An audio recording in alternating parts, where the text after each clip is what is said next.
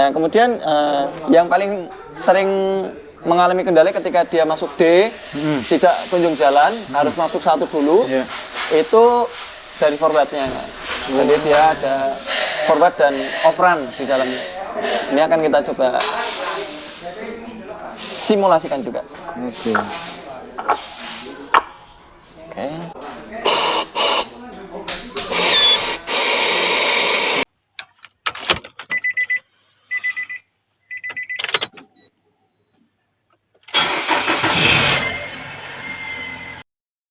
Sobat Otomotif dan AHpedia, sebelum kita lanjutkan video ini, jangan lupa subscribe ya, agar tidak ketinggalan tips, tutorial, dan konsultasi tanya jawab terbaru dari AHpedia. Assalamualaikum, Mas Ari. Waalaikumsalam warahmatullahi wabarakatuh, Pak Taufik dan juga Sobat AHpedia. Wah, semangat puasa, Pak. Wah, semangat puasa dan semangat Ramadan ya. Iya. Gimana, Pak Taufik? Mas Ari lagi bongkar Matic apa ini, Mas? Ini Matic Nissan Grand Livina, Pak. Mobil ada di belakang kita ini. Jadi dia kenapa kita bongkar? Karena keluhannya ketika pagi hari atau mesin dingin, masuk D dia nggak jalan. Jadi harus masuk gigi 1 dulu. Oh, delay, apa istilahnya paling tepat? Delay ya. Delay ya. Dia delay dia. Nah, ketika dia delay kayak gitu, maka kita bisa pastikan bahwasanya itu dari seal-nya. Seal Matic-nya. Kayak gitu.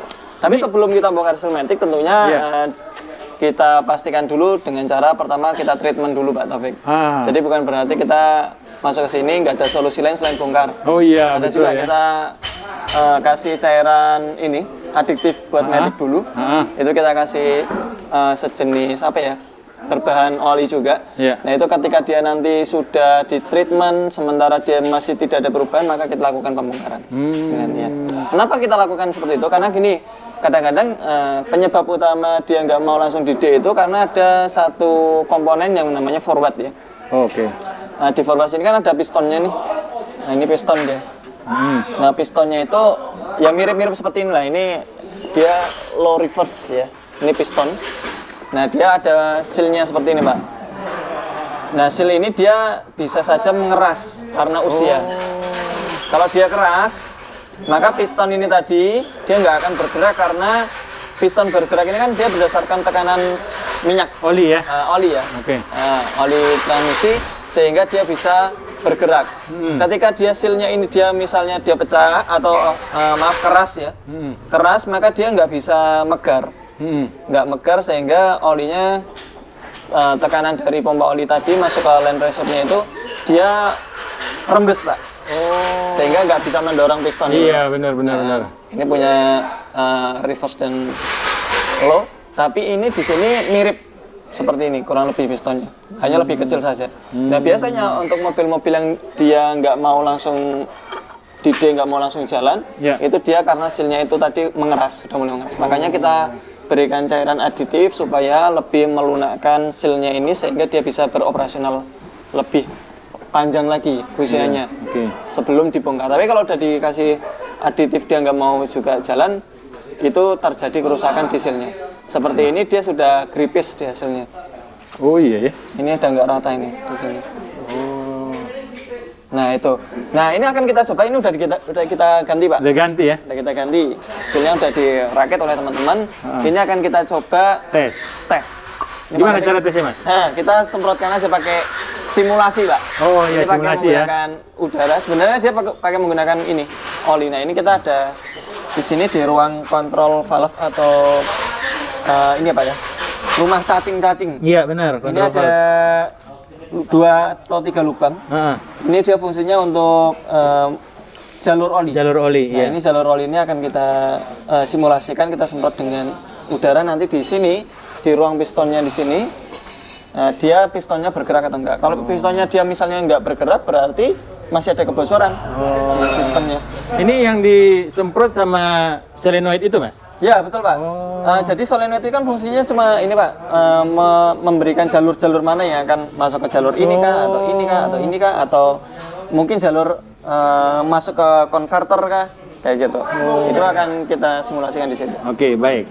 Kita tes. Ini kalau pertama ketika dia masuk ke dalam gigi 1, gigi 1 itu dia yang bergerak ini, Pak.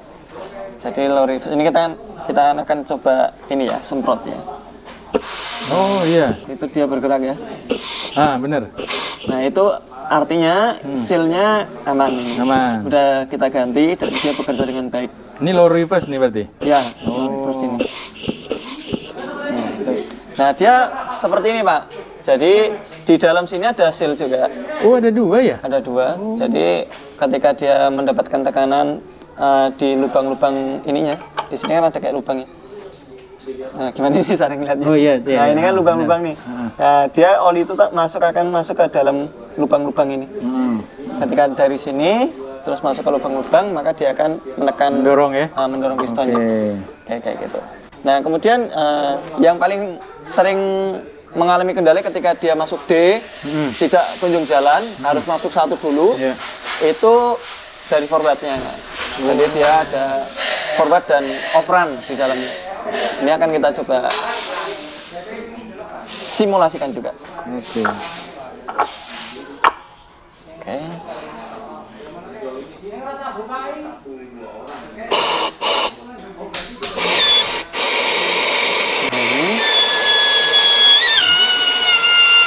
Oh iya tuh. Karena dia ada pegas di dalamnya ya, jadi memang butuh buat. Iya, betul. Oh, itu bergerak. Iya.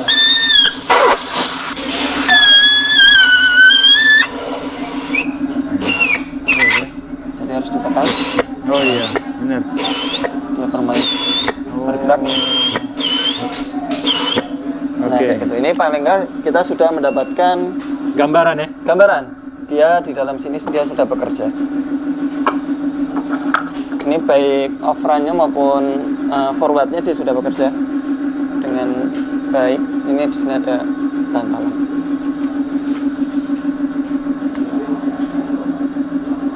Ya. Oke. Seperti itu Pak Taufik. Jadi intinya ketika mobil ini tadi dia dimasukkan di D itu udah nggak bisa lagi jalan, padahal udah dilakukan treatment, maka mau tidak mau mobil harus turun transmisi. Nah kalau untuk opsionalnya, sebenarnya seal ini kita sarankan penggantinya menggunakan spare part original. Seperti itu. Kenapa original? Kalau original itu dia untuk ini Pak, ketinggian sealnya itu dia lebih pas sama ya. Kemudian dia agak keras. Yang original? Yang original. Tapi kalau yang nggak original biasanya dia lebih gondrong ya, lebih panjang dan dia lunak. Nah, yang kita khawatirkan gini, ketika dia terlalu lunak, maka ketika kita lakukan pemasangan di rumah pistonnya, dia melipat. Jadi bibirnya ini malah melipat. Kalau melipat kayak gitu, kita lakukan simulasi sekalipun dia nggak mau akan ngangkat. Tapi tadi berhasil Mas? Ya ini berhasil. Ini asli atau? Ini customer sendiri yang bawa, nggak original. Gitu. Tapi ya alhamdulillah berhasil. Tapi beberapa waktu kita pernah bongkar itu memang dia nggak sesukses ini. Kayak gitu. Berarti beda merek juga kali ya? Beda barang, betul. Beda barang. Karena memang beberapa merek ada yang nggak sesuai. Oke, berarti kawan-kawan kalau mau tanya mereknya apa, tanya Mas Ardi ya. Oh iya Mas Ardi, ini kasus seperti ini bisa terjadi berapa tahun sih? Tergantung Pak. Ketika si jadi gini Pak, transmisi matic itu sebenarnya dia usianya ada di olinya. Ketika sama kayak orang ya mungkin ya, darahnya kotor ya? Ya kotor, maka dia jantungnya berat mompa. Seperti ini juga si transmisi ini juga. Dia untuk memompanya sih mungkin nggak ada masalah ya. Tetap ada aliran oli, tapi di sana pokok-pokoknya ada seal-seal ini. Ketika seal ini dia sering mendapatkan oli yang tidak bersih, maka dia akan mendapatkan kotoran di antara sela-sela seal dengan ininya, dengan rumah transmisinya. Yang terjadi ketika dia bermain terdorong lepas kayak gitu, sealnya ini dia akan cepat aus karena dia kotor. Betul. Yang kedua, ketika si oli transmisi ini tadi dia tidak bersih, akan mempercepat suhu naik. Nah, kalau suhu cepat panas, dia pengaruh kepada fleksibel ininya, karet. Lebih keras. Kayak gitu. Nah intinya untuk transmisi otomatis ini sebaiknya lakukan penggantian oli secara rutin ya, 30 ribuan lah, 30 ribu, 40 ribu itu udah sangat panjang kayak gitu. Nah, kasus yang pernah Mas alami di AHA, itu usia paling muda itu berapa Mas? Paling muda? Iya, paling muda. Yang kejadian kayak gini. Dia di kilometernya 120.000. 120.000. 120.000 kilometer. Udah kena. Tapi memang usia kendaraannya udah dari tahun 2008. Jadi mungkin mobil karena jarang dipakai, jarang diganti oli transmisi. Sehingga merasa, wah 120.000 kok. Tapi ternyata dia nggak melihat usia mobilnya. Selain oli Mas, ada tips lain nggak untuk membuat awet terutama untuk seal ini? Ya, kalau untuk ini cara pemakaian. Jadi ketika mungkin dari kita ya berasumsi bahwasanya mobil matic itu ya sama kayak mobil manual, cuman perpindahannya otomatis. Sehingga awal-awal masuk gigi itu ya harus gigi 1 dulu. Gitu. Itu salah. Ketika kita ingin masuk gigi, udah masukin aja gigi D. Karena dari D itu sendiri dia akan bermula dari gigi 1. 1, 2, 3, 4. Nah, kenapa kita nggak sebisa mungkin kurangin lah pakai gigi 1, 2? Karena kalau untuk transmisi otomatis ini dia memiliki perpindahan gigi sesuai dengan RPM-nya. Ketika kita menggunakan gigi 1, menggunakan jalan manual gigi 1 gitu ya, itu kan kita kan tidak selalu memantau RPM. Ketika itu RPM-nya mungkin bisa lebih dari 2000 RPM. Sementara ketika mendekati 2000 RPM itu harus pindah. Satu ke dua. Kita nggak pindah-pindah kayak gitu. Nah, sehingga putaran kampas yang ada di dalam transmisi itu berputar lebih tinggi ininya RPM-nya, sehingga yang terjadi gesekannya pun juga akan lebih banyak. Olinya cepat kotor karena efek dari gesekan kampas yang berlebih itu tadi akan mengakibatkan gram-gram kampas yang jatuh ya Pak ya. Mas, mobil sekarang kan Matic-nya itu rata-rata sudah punya semi manual ya? Apa istilahnya itu Mas? Xtronic ya? Xtronic ya? Nah, kalau yang seperti itu digunakan untuk, kan ada tuh gigi 1, gigi 2, gigi 3 gitu. Betul. Nah, itu sama nggak sih? Itu pun juga manual? Sama juga. Sama juga? Sama. Jadi gini, kalau dengan transmisi manual beda. Oh, beda. Tapi ketika kita menggunakan Xtronic CVT ya khususnya ya, dengan menggunakan tipe manualnya, maka kita akan memforsir dia dalam putaran yang tinggi ketika sebenarnya Matic itu seharusnya pindah, kita belum pindah. Yang terjadi kampasnya juga yang cepat kena. Jadi di antara solusinya adalah langsung saja masuk ke dalam D. Ketika masuk D nggak bisa, seperti ini trouble misalnya, itu tentunya kita kan harus masuk gigi 1 dulu Pak. Ya, ini masalah ini tips ya. Seperti tip yang ini. Misalnya dia sudah di D udah nggak mau ketika dingin ya. Dingin. Kalau pas posisi panas sih dia biasanya mau. D langsung mau jalan. Tapi kalau dingin dia masih nggak mau jalan, tetap kita harus masuk gigi 1 dulu, nggak apa-apa. Karena ini memang solusi diantara kalau belum dibongkar. Darurat ya? Darurat. Masuk gigi 1 dulu nggak apa-apa, tapi kita perhatikan ketika kita ingin masukkan gigi 1, kondisi mesin harus pada posisi sudah hangat. 80 derajat ke atas lah. Ya paling nggak mobil dihangatin dulu lah 5 menit 10 menit ya gitu. Nah, tujuannya apa? Si oli sirkulasi dulu. Nah, nanti kalau sudah masuk gigi 1, perhatikan RPM-nya. Mendekati dengan RPM 2000 harus dipindah ke gigi 2. 2 dulu? Jadi masuk 1 dulu, jalan. Nanti kalau udah 2000 kan udah jalan tuh. Langsung kita dorong ke gigi 2. Dorong di gigi 2, kalau dia sudah mau nyangkut langsung masuk D aja nggak apa-apa. Karena gigi 2 dan D itu tetap masuk menggunakan yang ini tadi. Dia punya forward. Gigi yang forward. Jadi itu tips sementara sebelum dibongkar ya? Sebelum dibongkar. Tapi itu nggak boleh lama-lama atau gimana? Ya sebenarnya nggak apa-apa, tergantung budget Pak. Hanya saja kan nggak nyaman harusnya. Takutnya nanti mempengaruhi tentunya akan mempengaruhi kerusakan yang yang lebih lain, seperti kampas akan lebih cepat tipis, kayak gitu. Makanya kalau udah D-nya telat, sebelum kita kampasnya kena, langsung aja ganti seal.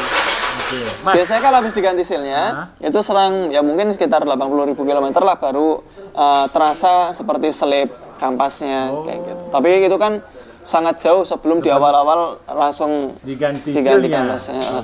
Mas, terakhir Mas, untuk harga harga perbaikan. Sering ditanya, harga dan biaya bongkar. Jasanya saja kita 2 juta rupiah. Jasa 2 juta. Kalau untuk seal-nya tergantung original atau enggak. Kalau misalnya dia pakai original, kasus dia telat ini paling sekitaran hampir 4.100.000. Seal-nya? Seal-nya aja itu hampir 1.700.000. Jadi kan 3,7. 3,7 sama oli transmisinya. Oh iya, sama oli transmisi ya. Kurang lebih segitu. Yang kita ganti hanya seal-nya saja. Karena memang kalau ketika awal bongkaran itu kan kita selalu ngukur limitnya Pak. Jarak antara kampas dengan kampas itu harus ada gap-nya.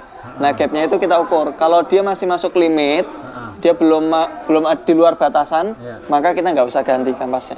Karena kampas Yang kopling original sendiri per lembarnya sekitar 300 sampai 500 ribu. Ada berapa lembar? Belasan di sana. Baik kawan-kawan, berarti kita harus benar-benar menjaga oli ya Mas ya? Ya, oli transmisi. Oli transmisi sama cara pemakaiannya. Ya, caranya ngecek oli transmisi gampang. Ketika mobil kondisi hidup, kemudian kita cek saja. Kita perhatikan warnanya. Kalau umumnya sih rata-rata oli transmisi yang konvensional, matic konvensional kayak gini, warnanya merah. Merah ya. Apabila merah dia sudah berwarna kecoklatan, maka ganti. Tapi kalau dia masih warna merah dan diiringi tidak ada bau hangus, gosong ya. Bau gosong, itu dipakai lagi. Tapi perhatikan juga ininya, kapasitasnya. Jangan sampai olinya berkurang. Karena bisa jadi juga Pak Taufik, di antara penyebab kerusakan matic karena olinya kurang. Terjadi kebocoran di seal drive shaft-nya atau seal input shaft-nya. Seperti itu. Atau mungkin kebocoran di packing panci atau karternya. Nah, itu juga berpengaruh. Ketika dia surut, pasti kan oli yang namanya tipe basah harus terendam oli kan. Iya, Ketika nggak terendam oli, maka akan semakin cepat kampas itu aus. Efeknya seal-nya yang akan semakin cepat kena juga. Baik. Seperti itu. Terima kasih Mas Adi. Sama-sama Pak Taufik. Ilmu yang bermanfaat buat kita semua. Sama-sama. Assalamualaikum warahmatullahi wabarakatuh. Waalaikumsalam warahmatullahi wabarakatuh.